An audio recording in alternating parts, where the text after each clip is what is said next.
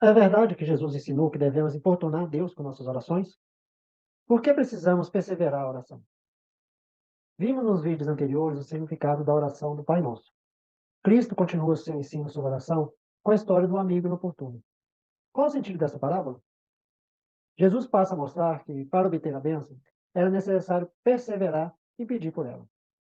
Tendo ensinado a seus discípulos, pela forma abreviada anterior, que não deveriam, em oração, usar uma multiplicidade de palavras com vãs repetições, ele passou a adverti-los por outro lado, contra a frieza, a indiferença e a apatia em suas súplicas.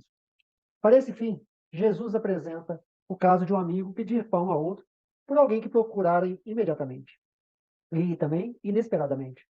Seu objetivo é apenas mostrar a necessidade de ser importuno ou perseverar em oração a Deus. Na época do Novo Testamento e do tempo de Jesus, as pessoas que viajavam costumavam pousar nas casas dos seus amigos. A chegada desses viajantes era quase sempre de surpresa e nas horas mais imprevistas. Para um bom judeu, não havia situação mais constrangedora do que receber um amigo em casa e não ter o que lhe oferecer, pois as pessoas geralmente chegavam cansadas e famintas, de modo que era uma grande vergonha passar por essa situação como essa. Olá, sejam muito bem-vindos a mais um vídeo do estudo Visão Comparativa dos Evangelhos. Fico feliz em ter você aqui. Meu nome é Wellington Lima. Vamos continuar falando sobre a lição sobre oração. Vimos no que está relatado em Mateus sobre a lição e a oração do Pai Nosso, nos dois vídeos que já publicamos, a saber, a parte um, que mostrou Mateus capítulo 6, versículos 5 a 9, e a parte 2, que tratamos de Mateus capítulo 6, versículo 10 a 15. Vimos o que está relatado em Lucas capítulo 11, versículo 1 a 4, na parte 3 desse estudo, no vídeo anterior. Agora nós vamos estudar o que está relatado em Lucas capítulo 11, versículos 5 a 8. Que este estudo lhe abençoe. Vamos lá? Parte 4, Lucas capítulo 5, versículo 5 a 8. Lucas capítulo 11, versículo 5.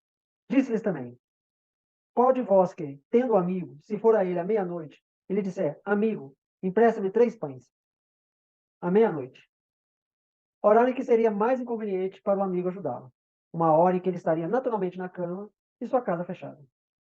Na cultura daquela época, os indivíduos deveriam ser bons anfitriões.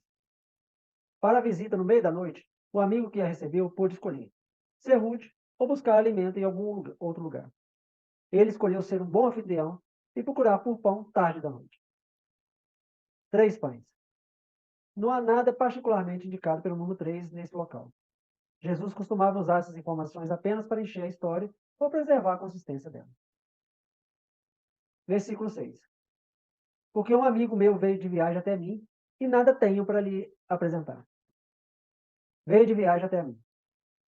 Ou talvez mais literalmente, um amigo meu veio até mim, o que torna o caso mais urgente.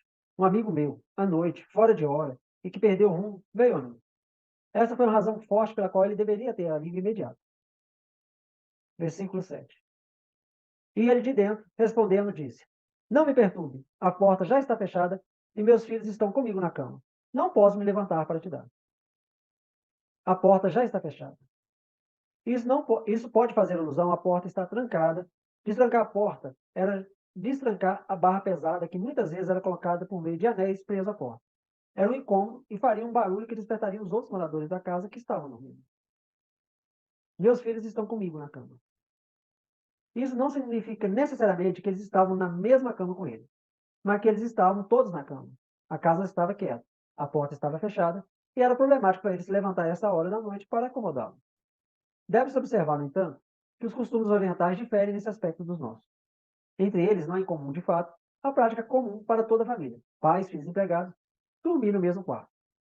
Isso não é para ser aplicado a Deus, como se fosse problemático para ele ser procurado ou como se ele pudesse responder a um pecador dessa maneira. Tudo que deve ser aplicado a Deus nessa palavra é simplesmente que é apropriado perseverar em oração. Como o homem geralmente dá porque o pedido é repetido, e como não se desencoraja porque o favor que ele pede ao próximo é tardio, então Deus frequentemente nos responde depois de longos e importunos pedidos. Versículo 8. Digo-vos que ainda que ele não se levante para lhe dar por ser seu amigo, contudo, por sua teimosia, ele se levantará e lhe dará tudo quanto ele precisar.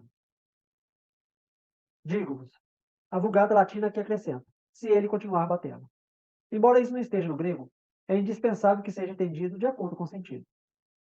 Bater uma vez não denotaria importunidade ou teimosia, mas era porque ele continuava e continuava e continuava batendo. Sua teimosia, sua importunidade, sua perseverança perturbadora. Ele continua incomodando o homem e se recusando a receber a negativa. A palavra teimosia denota perseverança em um objetivo, sem levar em consideração o tempo, o local ou a circunstância. Uma perseverança imprópria. Por isso, o homem foi influenciado. Em vez de ficar perturbado, ele se levantava e dava o que era pedido. Isso deve ser aplicado a Deus em nenhum outro sentido, senão que ele frequentemente ouve orações e concede bênçãos, mesmo muito tempo depois de parecerem sem respostas a negar. Ele não promete dar bênçãos de uma vez só. Ele promete apenas que fará isso ou responderá à oração. Mas ele muitas vezes faz com que seu povo espere muito. Ele testa a fé deles. Ele os deixa perseverar por meses ou anos, até que eles sintam inteiramente sua dependência dele, até verem que pode obter a bênção de nenhuma outra maneira e até que estejam preparados para recebê-la. Muitas vezes, eles não estão preparados para receber quando pediram a princípio.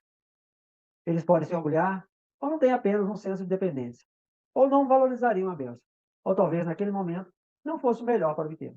Mas ninguém se desespere. Se levantará.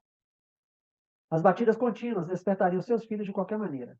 Estrancar a porta não seria mais um problema. A persistência ou ousadia na oração supera nossa insensibilidade, não a de Deus.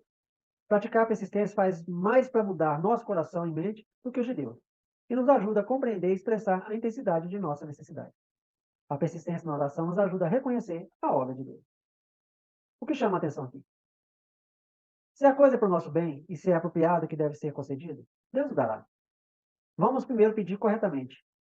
Vamos ver que nossas mentes estão em estado adequado. Vamos sentir nossas necessidades de bênção. Vamos perguntar se Deus prometeu tal bênção e então vamos perseverar até que Deus a dê, conforme Tiago, capítulo 4, versículo 3. Pedis e não recebeis, porque pedis mal, para gastardes nos vossos prazeres. Novamente, as pessoas, quando pedem algo a Deus, muitas vezes desistem de buscar. Elas vão uma vez e, se não for concedido, são desencorajadas. Não é assim quando pedimos algo às pessoas. Então, perseveramos. Não aceitamos negação. Vamos novamente e pressionamos o assunto até obtê-lo. Então, podemos ir repetidamente, até que a oração seja ouvida e Deus conceda o que pedimos a Ele. Que esse estudo lhe tenha abençoado. Nos vemos no próximo vídeo. Até lá. Jesus, eu te amo, sei que me ama também. Eu sei que em seus braços eu posso descansar. És o meu